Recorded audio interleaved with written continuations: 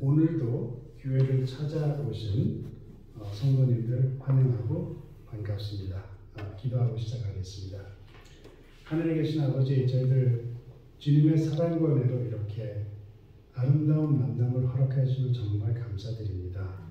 아버지 하나님, 저희들 이 시간을 통해서 모여서 찬양하고 기도하고 그런 것 모든 거 다 좋지만, 그러나 주님의 인재를 정말 저희들 만날 수 있게 주님께서 같이 해주시고, 또 그뿐 아니라 저희들의 마음을 열 수 있게 주님께서 성령으로 인도해 주시기를 예수님 이름으로 기도합니다. 아멘. 저희들이 이제 몇 년 전에 이태리를 가서 이제 운전을 하다가 피사라는 도시 근처에 이제 갔는데, 원래 거기를 들리려고 계획을 하지 않았는데 여기까지 왔는데 유명한 도시니까 들려야겠다 해서 들렸어요. 피사가 어떤 걸로 유명하죠? 그 탑이죠. 피자, 리닝타워 피자. 그 기울어진 그 한국말로 피사라고 그러나요? 피자 탑이죠. 피자 탑. 근데 이제 이 탑이 이렇게 생각보다 저는 탑이 사진에서 볼 땐 작은 거라고 생각했는데 꽤 크더라고요. 근데 그 건물 자체가 이렇게 기울어진다는 거는 사람들이 분석을 해보니까 그 기반 작업이 이제 잘못돼서 이제 문제가 그렇게 생겼다, 그렇게 이야기를 하더라고요.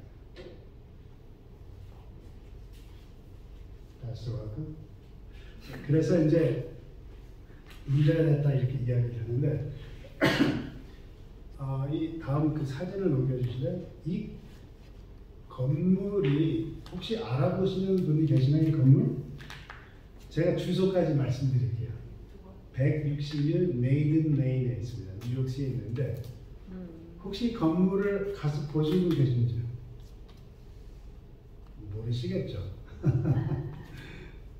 이 뉴욕에 이제 동네마다 별명이 있는데, 저는 전에는 뉴욕에 살면서 그 마네탄이라는 섬이 작은 섬이에요. 이게 14마일밖에 길지 않고 이렇게 2마일밖에 안 넘습니다. 그러니까 14마일, 2마일인데, 근데 그 섬에 동네 여러 가지 이름들이 있어요.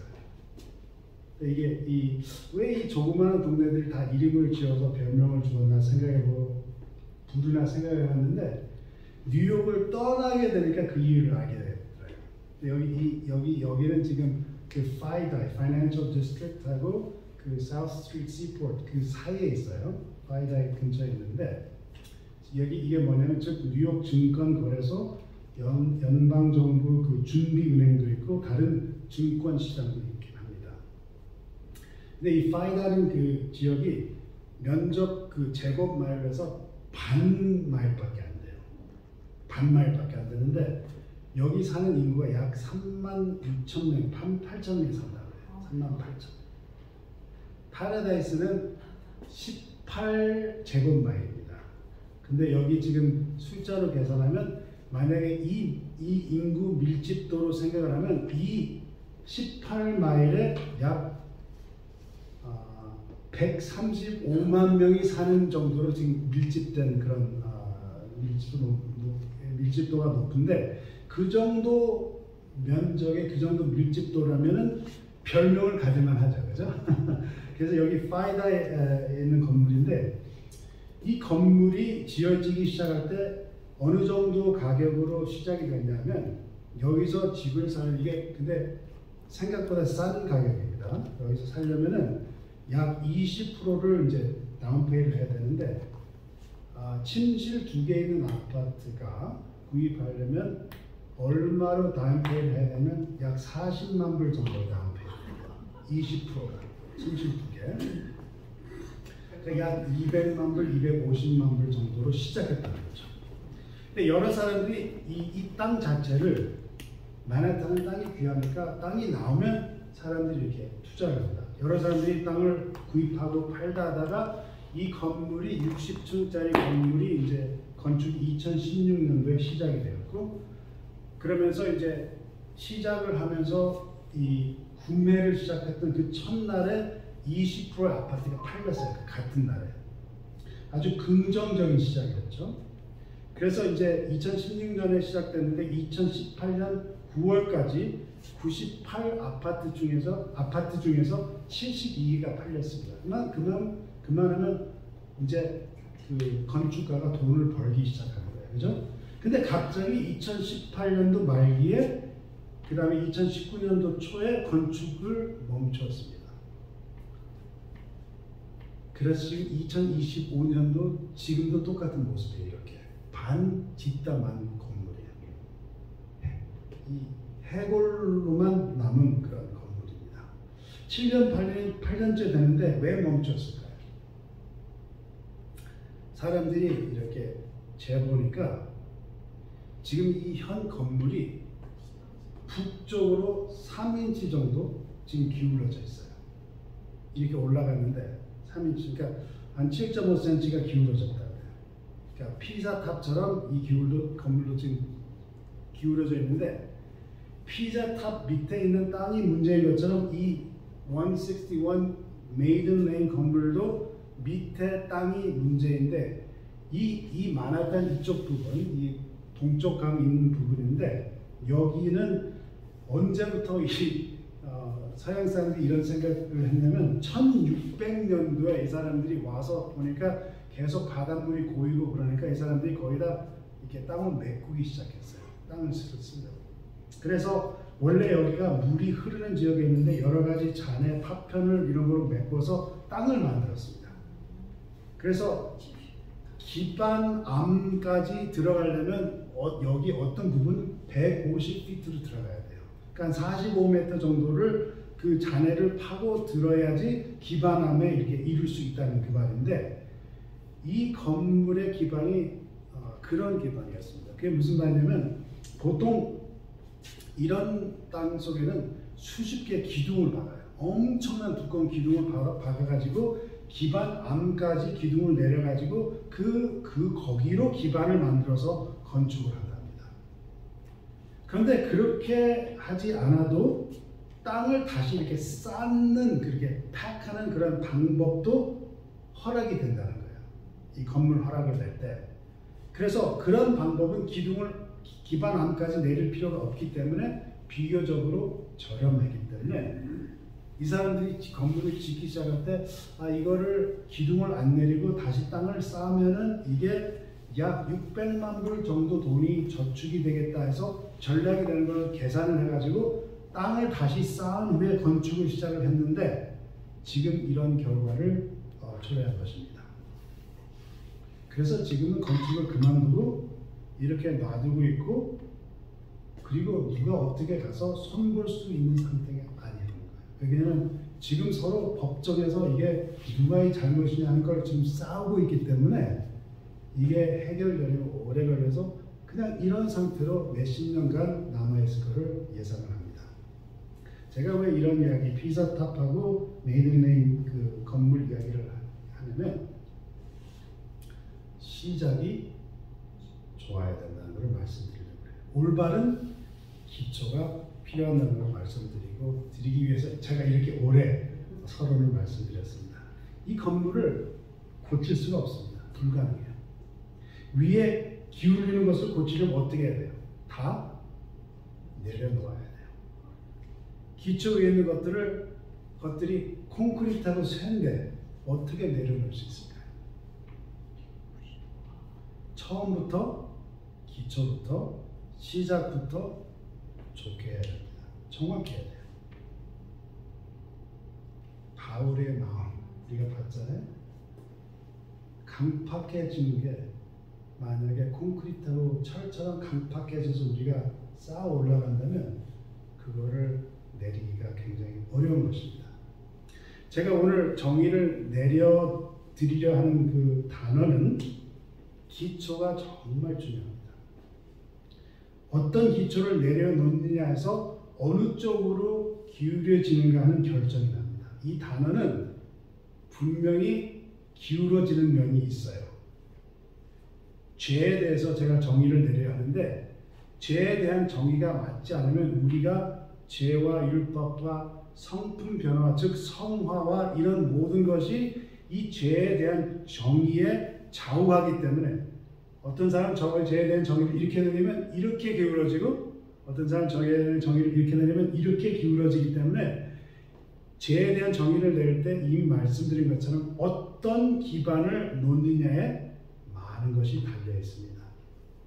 우리가 성경 모든 것에 이 죄에 대한 정의가 달려 있다고 하더라도 어떤 면에서는 과언이 아니라고 우리가 생각할 수도 있어요. 오늘 건물 이야기를 많이 하는데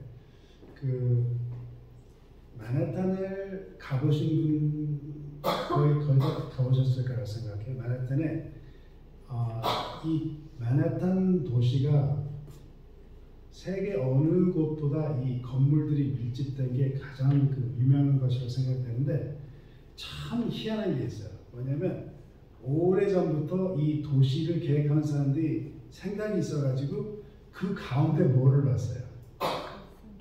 센트럴 파크를 놨어요. 말 그대로 중심지 공원인 것입니다. 공원이 있는데 그렇게 되니까 사람들이 공원 가까이 사는 거를 선호하는 사람이 생겼어요. 그래가지고 어디가 맨하탄에서 제일 비싼 곳이냐면 센트럴 파크의 남쪽, 물론 서동쪽도 비싸지만 바로 센트럴 파크 남쪽이 영어로 표현할 때 Billionaires Row라고 그래요. 억만장자들의 행이라고 이렇게 이야기를 하는 이유가 맨하탄 그 미드타운 구역의 센트럴 파크 남쪽에 있는데 이 초호화 주거용 그 고층 빌딩 그룹과 그 주변 지역인데 예를 들면 옛날부터 80년대부터 이런 말이 있었어요. 제가 고등학교 다닐 때부터 거기에 있는 그 유명한 건물 중에 하나가 더 플라자라는 데인데 더 플라자에 가서 만약에 여기에 아파트가 얼마나 합니까 하면 벌써 그 아파트 살 자격이 없는 사람이라고 이야기를 할 정도로 그렇게 가격이 어마어마한 그런 지역입니다. 예를 들면 아파트 하나에 5,500만 불 하는 아파트들이 있어요. 아파트 하나에, 건물이 아니라 아파트 이야기합니다. 근데 거기가 그렇게 비싸니까 거기 큰 건물만 나오면 이 택지 개발업자들이 사서 건물을 부시고 땅을 이제 기반을 잡아서 건물을 이제 높게 짓는다고 합니다. 근데 땅이 그렇게 쉽게 나지 않기 때문에 그리고 땅 자체가 비싸기 때문에 예를 들어 아까 기울어진 그 메이든 레인 그 건물이요. 그 땅이 1070제곱미터밖에 안 돼요. 1070제곱미터밖에 안 돼요. 그러니까 예를 들어서 100m하고 10m를 이렇게 딱 그 정도 땅밖에 안 되는데 그 땅을 8,300만 불에 구입을 했습니다. 그렇게 땅이 비싸니까 좁은 땅을 사서 어떻게 하냐면 최대한 하려고 고층 건물을 짓는 것입니다. 그리고 고층이면 고층일수록 그 아파트 가격이 또 비싸요. 낮은 층이 가격이 더 쌉니다. 근데 참 재미있는 건데 뭐냐면 이 빌리어네어스 로우의 억만장자행의 그 새로 지은 아파트에 많이 비어있는 아파트들이 있어요. 사놓고. 왜 그런지 아시나요? 돈이 많은 사람들이 거기 말고도 다른 데 집이 있겠죠? 그러니까 거기 안 사는 거예요. 왜 그러냐면 이런 그 고층 아파트 높게 올렸는데 기반은 이렇게 좁은 아파트에 거기에 이제 밥을 먹고 저녁에서 앉아서 먹기 시작하면 바람이 불기 시작하면 건물이 휘청거린대요. 5,500만 불 주고 아파트를 샀는데 이러고 하고 있는 겁니다. 그래서 여러분들 어떻게 하셨어요? 그 사람들이 안 산대요. 거기에. 아파트 주소는 있지만 거기에 안 산다는 거예요. 그래서 그 집에서 경치를 보고 저녁을 먹고 사람들을 이렇게 초대하고 이렇게 엔터테인 하는 거는 좋겠지만 건물에서 집에 이제 바람이 흔들기 시작하면 손님들도 다 떠나고 밥맛도 떨어지고 그러겠죠. 기반을 좁게 잡아서 높은 건물을 지으니까 그런 결과를 도출할 수밖에 없는 것입니다. 오늘은 죄라는 단어를 보고 싶은데 죄에 대한 정의를 내리고 싶은데 죄가 무엇입니까?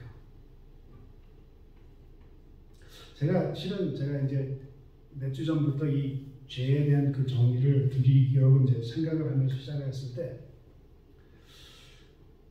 죄에 대한 정의를 내리기 시작을 해야 되는데 이 단어가 아시는지 모르겠지만 우리 교회 안에서 워낙 분쟁이 있는 단어기에 조금 보류해 두고 시작할까 하는 마음도 있었어요.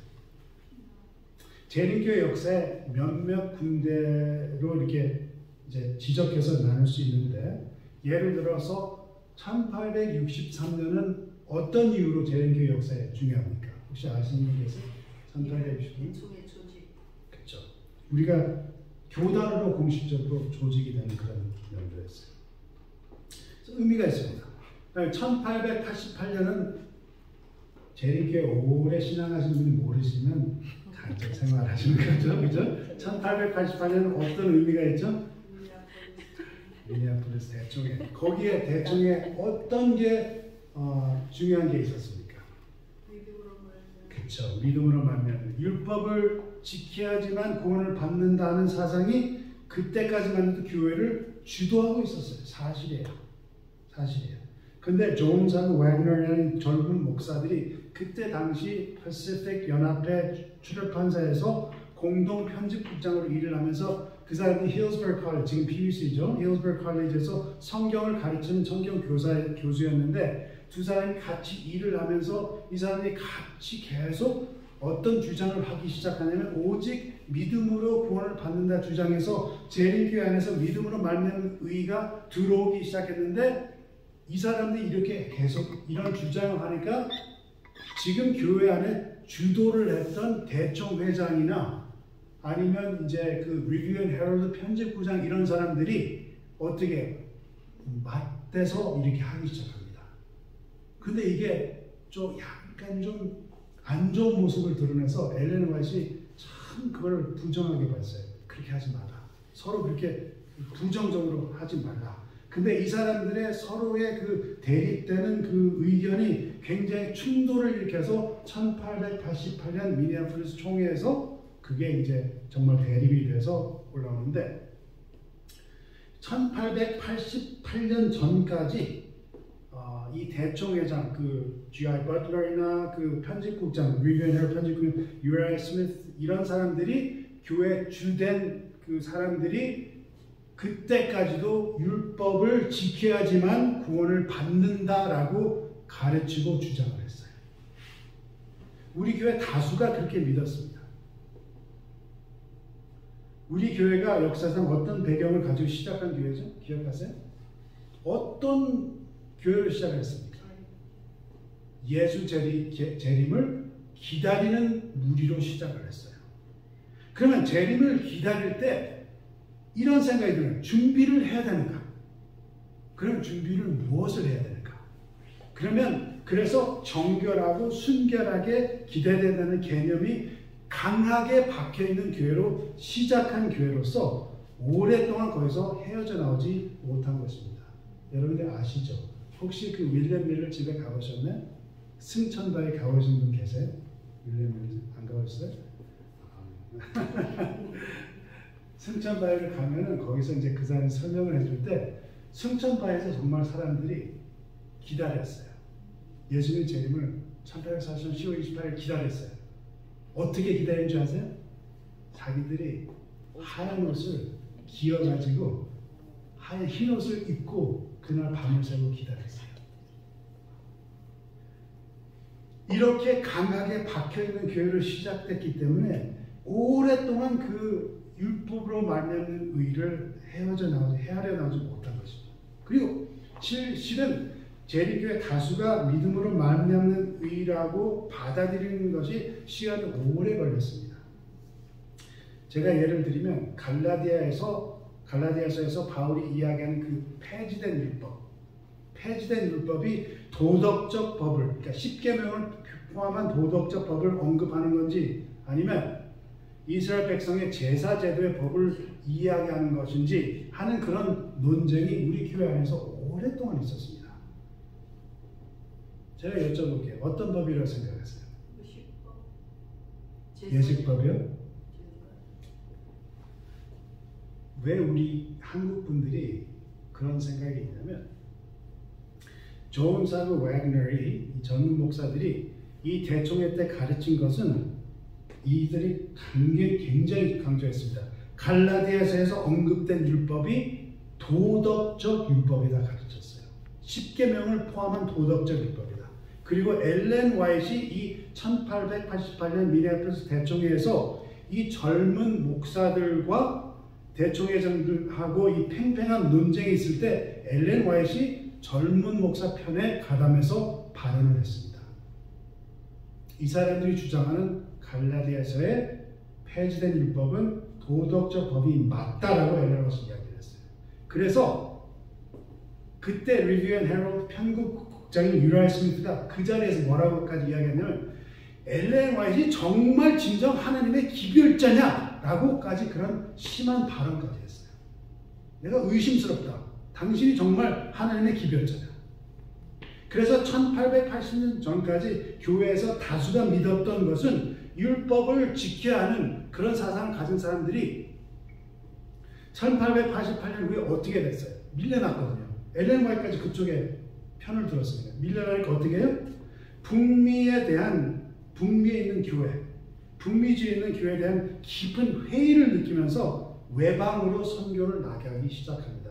아까 그 피케알 그 안교 선교에서 비디오에서 그 배를 보셨죠? 그 배 유적이 앤드루스 대학에 가면 많이 이렇게 있습니다. 많이 있는데 그때 뭐라 그러는지 기억하세요? 이게 언제 시작됐다고 했어요? 배를 지은 지가? 120년에서 130년 전이라고 했죠.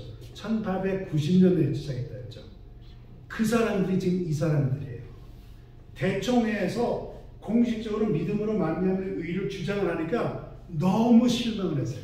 북미는 더 이상 희망이 없다 해서 외방으로 선교 나가자 해서 그 피케알이라는 배를 만들어 가지고 외방 선교를 다니기 시작했는데 약 120년, 130년 선교지로 나간 선지자들이 이런 율법을 지켜야 구원을 받는다는 믿음을 가지고 선교지에 나가서 가르쳤기에 무슨 말인지 아시겠어요? 율법을 지켜야지 구원을 받는다는 그 기별을 가지고 선교지에 나가서 가르쳤어요. 저희 어머니 교회가 이번 연도에 100주년을 합니다. 한국에 복음이 들어간 지 언제라고요? 거의 120년 전이에요. 제가 무슨 말씀 드리는지 아시겠어요? 한국에 나간 선교사들이 이런 선교사들이었다. 그 말씀 드립니다. 그렇기 때문에 한국 분들의 사상에 이런 사상이 굉장히 깊이 박혀져 있어요. 전에 말씀드린 것처럼 한국은 율법을 지켜야 구원을 받는다. 안식일을 지켜야 구원을 받는다. 그런 말을 했어야 안 했어요? 했습니다. 그래서 일요일 교인들한테 율법주의자다고 해서 이단이라는 말을 굉장히 많이 들었습니다. 지금도 듣고 있고. 1900 언제까지 이거를 신학대학에서 가르쳤냐면 한국 삼육신학대학에서 이거를 가르쳤냐면 1970년대까지 이런 거를 가르쳤어요. 율법을 지켜야 되고 안식일을 지켜야지 구원을 받는다. 1888년 대총회에서 그게 이미 거절이 된 기별인데 1970년대까지 한국에서 이거를 신학대회에서 가르치고 있었다는 거예요. 자, 제가 이거를 한 3번 거쳐서 이거를 뒤에 가서 말씀드릴 거니까 지금 화가 나신다 하더라도 참으시고 들으시기 바랍니다. 그 후에도 계속 그런 가르침 영향이 오래 남아 있습니다. 1970년대 어떤 목사님이 그거를 이제 총대를 들고 했냐면 앤드루스 거기 교회에서 공부를 하신 다음에 오재윤 목사님이 믿음으로 말미암는 의구나 해가지고 한국에 가서 신학대학에 다시 가르치시면서 이거를 다른 교수님들하고 대화하기 시작해서 집중적으로 연구를 해서 믿음으로 말미암는 의가 맞구나 해서 그때부터 한국 삼육대학에서 다르게 가르치기 시작했습니다. 1888년은 그런 중요한 연도고 그 다음에 다른 연도를 택한다면 어떤 연도인지 혹시 아시는 분이 계신가요? 우리 교회 역사상 이게 어떤 면에서는 가장 치명적인 연도다 하는 분들이 계시는데 1957년도도 재림교회 역사상 아주 중요한 그 연도입니다. 1957년도는 교리에 관한 질문들, 그러니까 제가 이제 간단하게 교리문답이라고 부를게요. Questions on Doctrines라는 그 제목의 영어로 Questions on Doctrines라는 책인데 이 책이 출판된 후 많은 개신교인들이 더 이상 미국에서는 더 이상 재림교회가 교회를 당파심이 강한 신흥 종교로 보지 않고, 즉 이단으로 보지 않고 개신교의 본류로 이제 보기 시작을 했는데, 근데 불행하게도 교회 안에서는 타락한 개신교와 교회가 타협을 하기 시작했다는 생각이 있어서 이 책이 출판된 후로부터 처음 받았던 재림교회 진리, 하나님의 특수의 사람들, peculiar people, 그 하나님의 특수의 사람들, 하나님의 마지막 남은 무리는 그 무리에 원래 받았던 현재 진리로 돌아가야 된다는 생각을 하기 시작합니다. 돌아가야 된다. 전에 받았던, 전에 우리에게 있었던 그 견고한 토대로 돌아가야 된다. 여러분, 견고한 토대라는 그 표현을 들어보셨죠? 처음 받았던 오늘날 진리로, 현재 진리로 돌아간다는 생각을 하는 분들이 많이 있었습니다. 그래서 그 중에 극한 분들은 재림교회가 요한계시록 14장에 나오는 두 번째 전사의 무너진 바벨론, 즉 타협해서 더러워진 교회다라고 주장을 하면서 그 본 재림교회에서 거기서 나와야 된다 하고 주장하는 분들도 계십니다. 우리가 그런 분들 아시죠? 왜 그럴까요? 그리고 그분들이 주장하는 것들이 맞는 것들이 있나? 어떤 정의를 내려야 더 정확한, 더 맞는, 더 나아가서 더 유익한 정의가 돼서 우리 믿음 생활의 보탬이 되는 이해인가 하는 생각들을 해보려고 합니다. 이 Questions on Doctrines라는 그 교리문답책에 가장 그 문제되는 쟁점이 뭐냐면 그리스도의 본성에 대해서 관한 내용인데,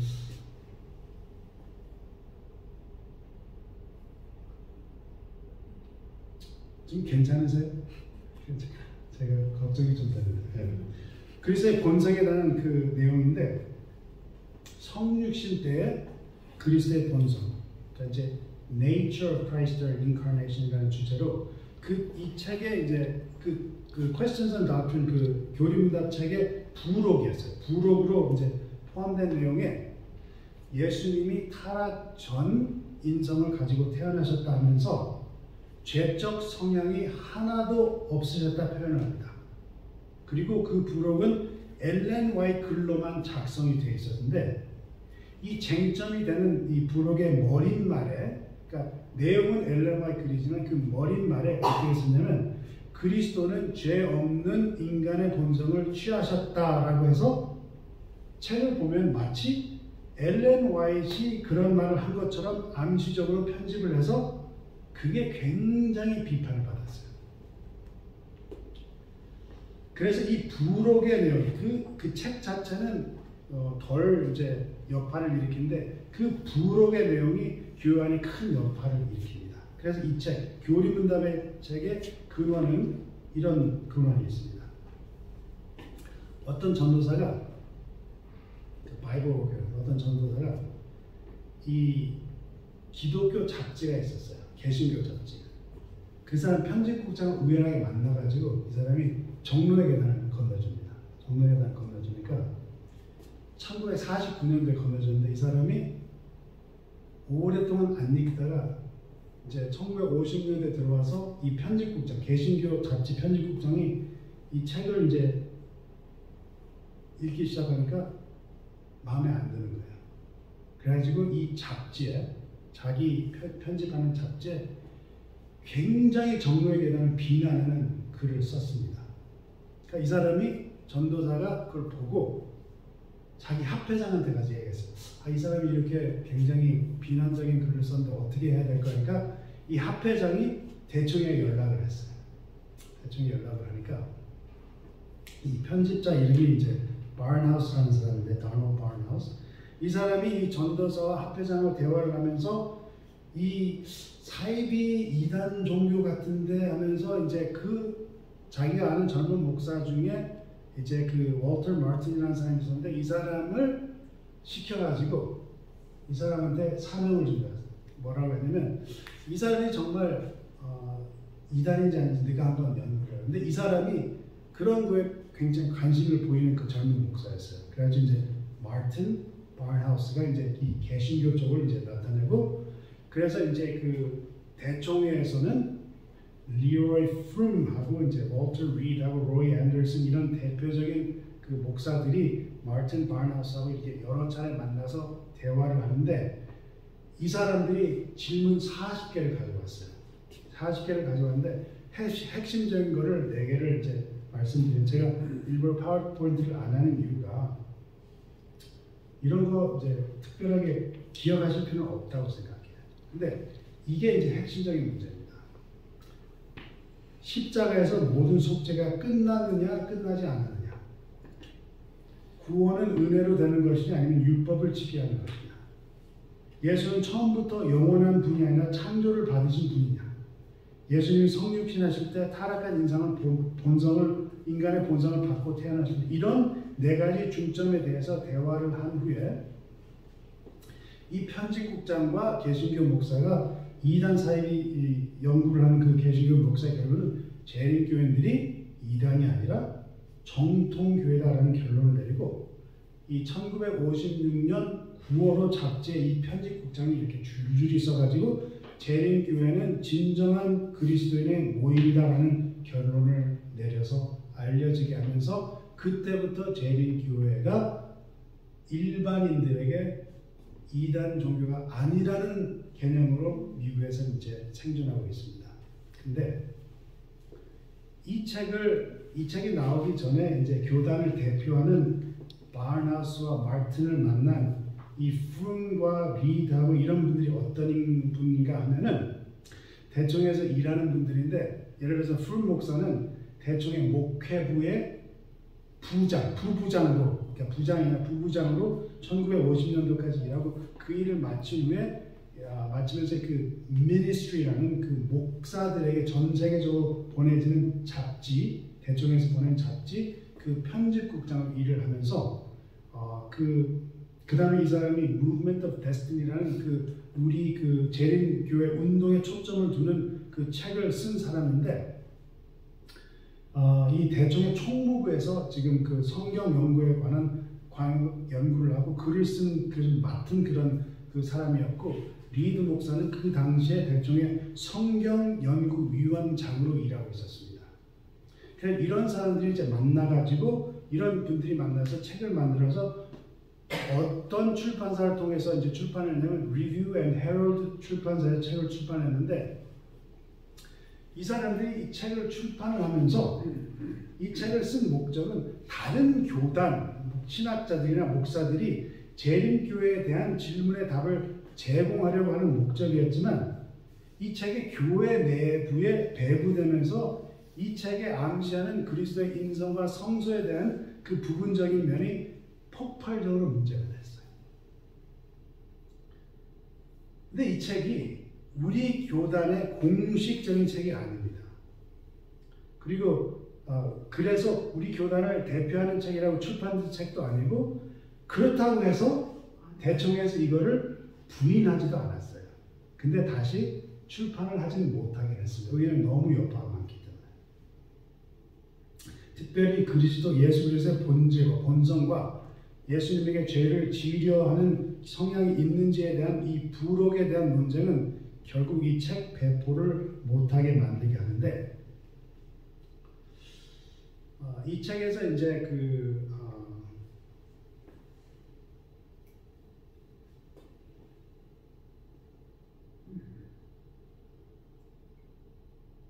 이 책에서 이제 특별히 이제 성소에 관해서 이야기를 할 때 특별히 그리스도의 사역에 대해서 이제 관해 이제 몇 가지 기재된 게 이제 문제가 되는데 개신교에서는 이 속죄가 언제 끝났다고 주장합니까? 히브리서를 기반으로 해서 뭐라고 그래요? 제사를 드렸을 때 끝났다 이야기를 해요. 근데 그 제사가 어떤 제사예요? 예수 그리스도가 십자가에 뭐라고 해요? 히브리서에서 이 말이 나오죠? 단번에, 그죠? 단번에라는 말이 나와요.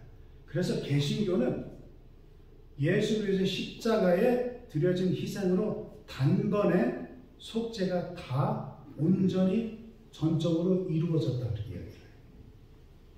우리 재림교에서 어떻게 이야기를 하나요?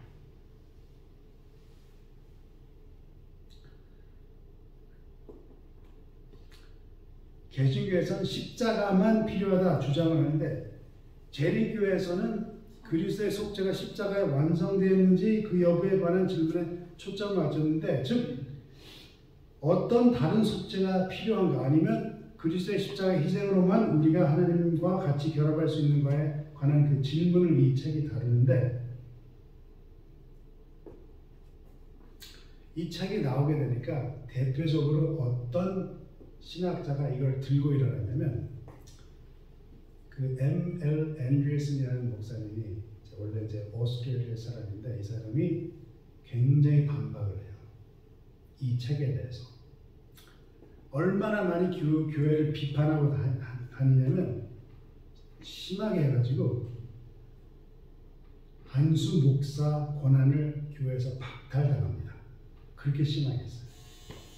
그러다 물론 1962년도에 돌아가시기 전에 며칠 전에 이제 파회를 하셔가지고, 물론 본인 주장을 내려놓지 않으셨어요. 그러나 인간들하고 서로 파회를 했습니다. 그래서 죽은 후 다시 이제 안수 목사 권한을 상징적으로 돌려드리긴 하지만,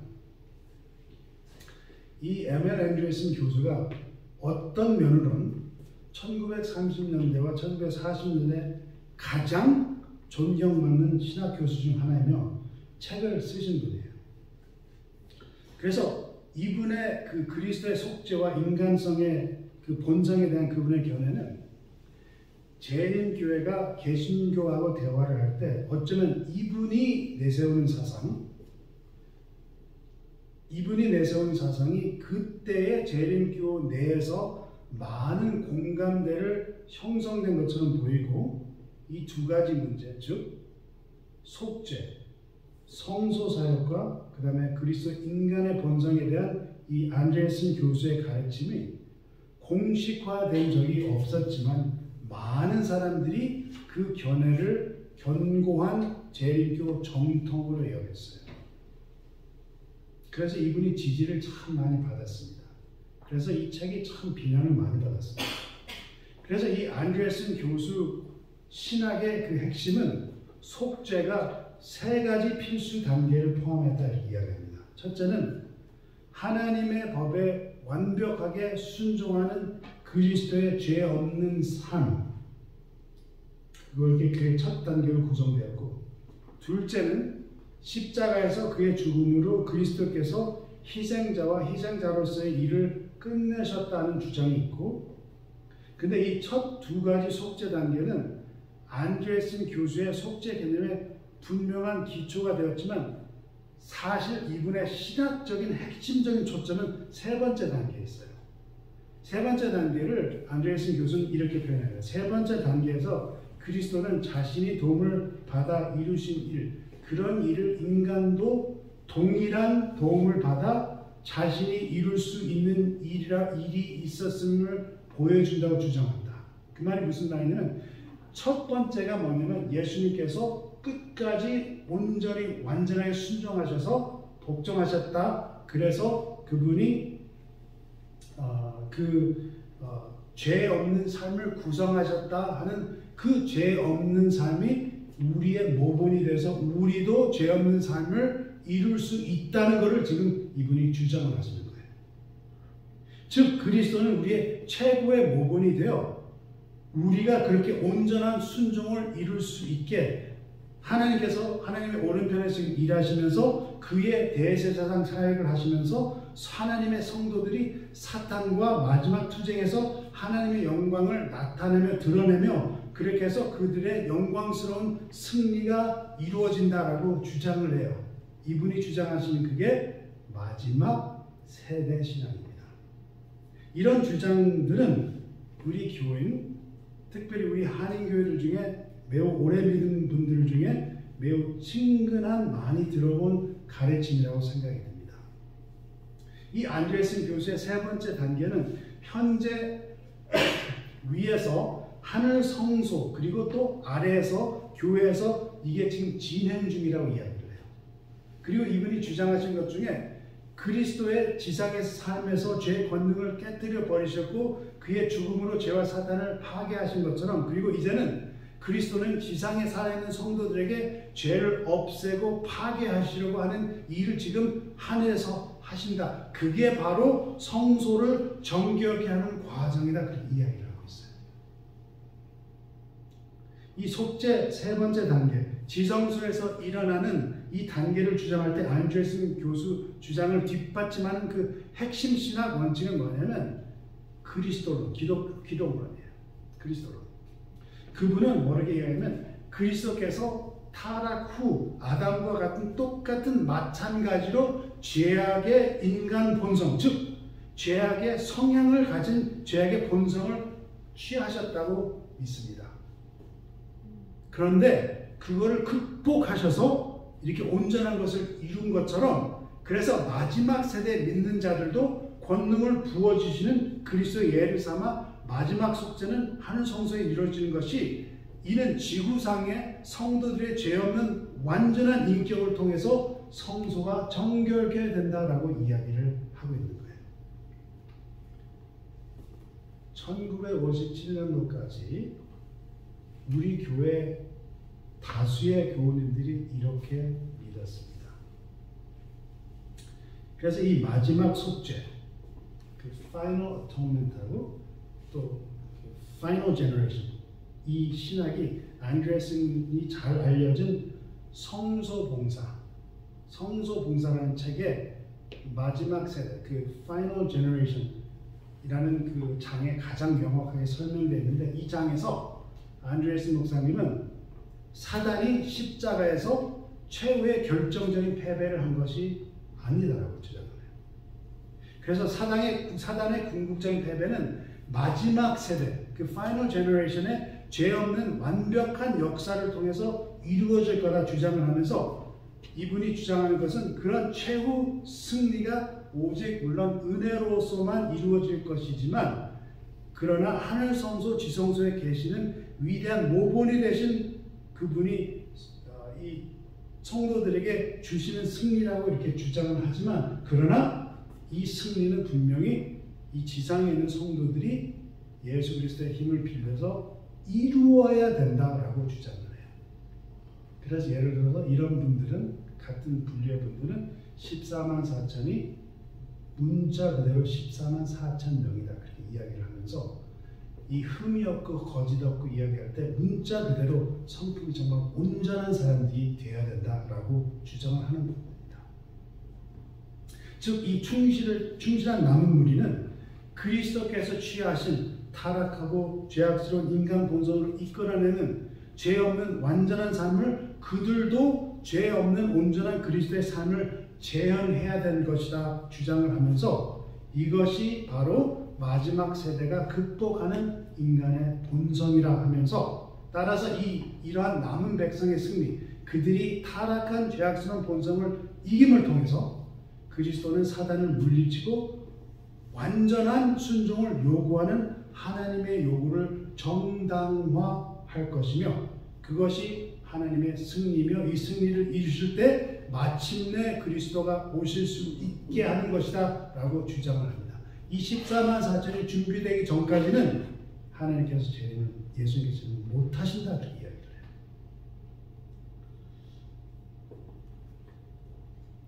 이 안드레슨 목사님하고 그 후로부터 이제 우리 교회 주 가르침이 된 그거하고 이제 의견차가 두 가지가 있어요. 이 세 번째 단계에서. 뭐냐면 첫째는 하나님의 법에 완벽하게 순종하는 그리스도의 죄 없는 삶으로 구성되었고 라는 그게 이제 의견차가 있고, 죄송합니다. 그거는 의견차가 없고, 두 번째 십자가의 그 죽음으로 그리스도께서 희생자의 일을 끝내셨다는 그거에 관해서 첫째, 둘째 단계에서는 의견차가 없는데 셋째 단계는 의견차가 있는데 이 두 가지 의견차가 있어요. 처음 의견차는 내용보다 이 용어에 더 관련된 겁니다. 예를 들어서 Questions and Doctrine에서 완결된 속죄, Completed Atonement라는 그 용어는 다음과 같은 의미에서 이제 교회와 안드레아슨 교수와 이제 일치합니다. 뭐냐면 안드레아슨 교수도 십자가에서 이루신 그리스도의 속죄 사역은 모든 사람들에게 구원을 줄 수 있다는 점에서 완료됐다라고 교회나 안드레아슨 목사님은 동일합니다. 근데 십자가에서 완전한 속죄 행위는 그리스도 우리 대제사장이 그 속죄를 각 개인 수령자들에게 적용하고 전유하지 않는 한 그 어떤 영혼에게도 가치가 없다는 점에서 완전하지 않다는 것. 즉 십자가의 희생은 모두에게 구원을 줄 수 있음에 온전하지만 그것을 각 개인들이 받아들이고 적용하고 전유되지 않으면 그들에게 구원을 줄 수 있지만 받아들이지 않고 전유되지 않으면 효과가 없다는 거예요. 그 면에서 안드레아슨 교수하고 교회하고 일치됩니다. 그래서 제 교리문답책 저자들도 이 제공된 속죄, 십자가에서 제공된 속죄라고 표현을 하고, 즉 십자가에 모두에게 주어지는 속죄, 그러나 적용되는 속죄라고 또 분리해서 얘기해요. 즉 그리스도께서 한 성소에서 대속죄 단계에서 적용하는 속죄가 있다고 저자들도 이야기를 하면서 이 용어 차이는 뭐 별로 크게 있지는 않습니다. 근데 두 번째 의견차는 용어 문제가 아니라 내용의 문제가 있어요. 이 안드레아슨 교수가 주장하는 마지막 세대, 이 세대를 통해 그리스도가 속죄를 마치신다는 그런 사상과 안드레아슨 목사님의 이런 주장이 밑받침되는 그분의 그리스도론을 문제를 삼는데, 즉 마지막 속죄와 타락한 죄된 그리스도의 인성에 대해서 이제 논쟁이 있다는 겁니다. 머리 아프신가요? 네, 굉장히 헷갈리고 지금 현재 신학교에서 그런 것들을 주장하고 있는지 굉장히 두려운 생각이 나네요. 제가 왜 이런 설교를 할까요? 머리가 아프실 텐데 제가 준비하면서 기도하면서 이거를 대화를 하고 넘어가야 되는 부분인데 이걸 어떻게 접근해야 될까? 제가 왜 이런 설교를 할까요? 3시간에 하시지 말고 네. 한 5시간 해가지고 조금 짧게 하시면 조금 이해가 5시간 걸고 말이 아닌 것 같은데. 너무 길으니까 우리도 좀 무왕자왕하는 것 같아요. 그러니까 어떤 분들은 이런 이야기를 하면 믿으면 되지 이렇게 복잡한 내용을 왜 이야기하나 하고 불만한 마음을 가지고 계신 분이 계시면 일단 안식이라는 거 기억하시고 불만을 이제 풀으시고 이게 왜 문제가 될까요? 사실 이 죄라는 개념이 기독교 사상의 핵심입니다. 그 말이 무슨 말이냐면 왜 하나님이 죄를 허락하시고 하나님이 죄를 통하여 고통 있게 하시고 그리고 그 죄라는 것을 어떻게 해결하시는가, 이런 질문이 성경의 핵심입니다. 이것 바로 죄를 하나님께서 어떻게 해결하시는지 이것을 이해시키려고 성경이 우리에게 주어진 것입니다. 그런데 아까 길게 이 건물의 기반 기초에 대해 설명드렸죠. 기반 기초가 어떻게 만드냐 하면 건물이 어디로 기울어지는 게 결론이 난다는 것입니다. 즉 죄라는 것이 우리의 행위에 달려있다는 견해를 가지시면 그 행위와 그 행위를 만들어내는 본성을 정결케 해야 되는 신학이 필요한 것입니다. 그래야지 죄가 해결이 돼요. 그러면 아까 말씀드린 안드레아슨 목사님 견해, 예수의 본을 따라 끝까지 순종해서 온전한 품성을 만들어야 하는 마지막 세대가 필요한 것입니다. 그 반대로 죄라는 것은 하나님과 우리 관계가 틀어진 상태를 이야기한다는 것이면 그런 예수님의 순종의 모범보다 그 관계를 회복시켜주는 그리스도의 희생이 필요한 것을 주장하는 사람들이 있는 것입니다. 안 돼요. 이게 같은 걸 이야기한 것처럼 들리지만 우리 재림 교인들 특별히 10계명 더 나아가서 안식일을 주장하는 우리에겐 죄가 무엇이며 이 죄를 하나님이 어떻게 해결해 주시는지 이런 사상들이 우리 신앙의 매일의 삶에 많은 영향을 끼치기에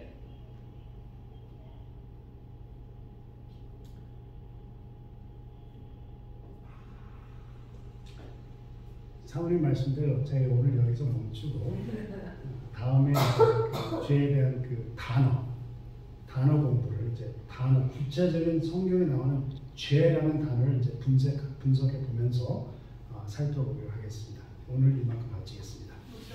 그러면 목사님 지금